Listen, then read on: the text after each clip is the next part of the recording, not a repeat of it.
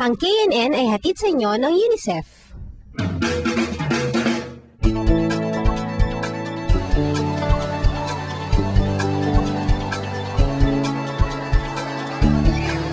Maraming mga kabataan ngayon ang sumasali sa iba't ibang samahan. Yung iba sumasali sa school org, sa volunteer groups, sa choir at sa SK. Tulad ko, bukod sa KNN, sumasali din ako sa Kristiyanong Kabataan para sa Bayan. Alam mo, mabuti yan kasi matututo ka na makisalamuha sa ibang tao, matututo ka pang gumawa ng bahay.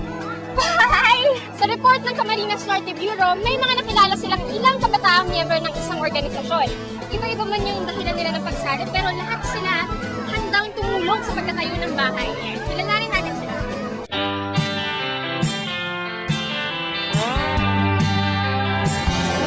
Ano ito? Concert? Sport fest? Construction site? Pero, bakit puro kabataan ang nandito? Ito ang mga gawain ng mga miyembro ng YFC o Youth for Christ. Isang organisasyon ng mga kabataang edad 13 hanggang 21. Ang YFC ay isa sa mga family ministries ng Couples for Christ. Layunin nilang mapayaman ang kakayahan ng bawat kabataan at maibahagi sa iba, lalo na sa may hirap, ang mga biyayang bigay ng Diyos. Yearly, nagkakaroon kami ng mga conferences. May mga different activities din kami para mag-grow yung mga youth. Yung different activities, may mga sports competitions kami na wherein pinapakita parang they don't need to parang makipag-compete talaga. Parang it's a friendly game and to just showcase yung talents na binigay ni God. Bukod kay Ate Mitch, nakilala ko rin si Ate Nirva, isang full-time worker sa YFC Indonesia. Ang dami kong experiences na never ko na-imagine na gagawin ko. Na parang, grabe, hindi ako ganito. As in, shy talaga ako. Serving God is really life. Parang hindi mo siya makakompare kung yung buhay ng isang taong mayaman o isang taong cool. Hindi siya makakompare. At hindi lang buhay ni Ate Nirva ang nabago ng YFC.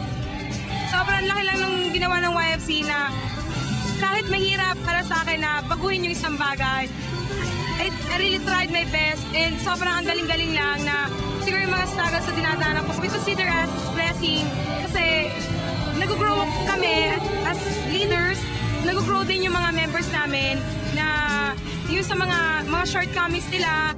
Iba-iba ang pang-akit ng YFC. Ang iba'y sumasali dahil gustong makatulong. Mayroong mga naghahanap na magiging mabubuting kaibigan at meron pang ang napasali dahil sa musika. Noong una kasi, parang habol ko kasi noon yung para talaga gusto ko sumali sa band. Ay sa music nila nga, parang na-inspire kasi ako masyado dahil natutunan ko sa YFC na hindi maging cliquish yung tipong kahit ibang province, yung taga-ibang province, nakabarkada ko kagad. Doon ko natuto na makilala si God. And malaman ko yung love niya sa akin and yung talagang work niya gumagana talaga sa akin. Marami raw napupulot na kaalaman ang mga taga-YFC sa mga conferences at activities nila. Kasi yung mga sessions doon, tsaka yung mga talks, talagang meaningful siya. At saka marami talaga akong aral na natutunan. Kaya yun, simula nung nag-YFC ako, masasabi kong mas naging mabuti akong tao. Marami sa mga pagbabagong nararanasan ng mga miyembro ay dahil na rin sa pagkakaroon nila ng pagkakataong makatulong sa ibang tao. Halimbawa, sa pamamagitan ng Gawad Kalinga Youth, ay nakikipagtulungan sila sa ibang mga kabataan para mabigyan ng matitirhan ang mga pamilyang walang tahanan. Sa programang SIGA o Serving God's Army, ang mga out-of-school youth mula sa may hirap na pamilya ay tinutulungang makabalik sa pag-aaral at mapabuti ang kanilang mga angking kakayahan. Iba raw talaga ang pakiramdam pag nakatulong ka sa kapwa mo. Sobrang ang sarap lang sa feeling kasi yung sobra yung pinakilala mo si Christ tapos sobrang nararamdaman mo yung love sa kanya, yung love niya sa iyo. Parang sobrang nag-uumapaw and you wanted to share it with other people. Kahit saan ka pumunta, kilala si Christ and parang igagalang ka nila. Tapos parang magti-thank you sila sa inyo. Sobrang nakakataba ng heart talaga yun na parang unworthy I am para pagsabihan ng mga thank you. Pero sobrang ang sarap talaga sa feeling na ang dami mong natutulungan.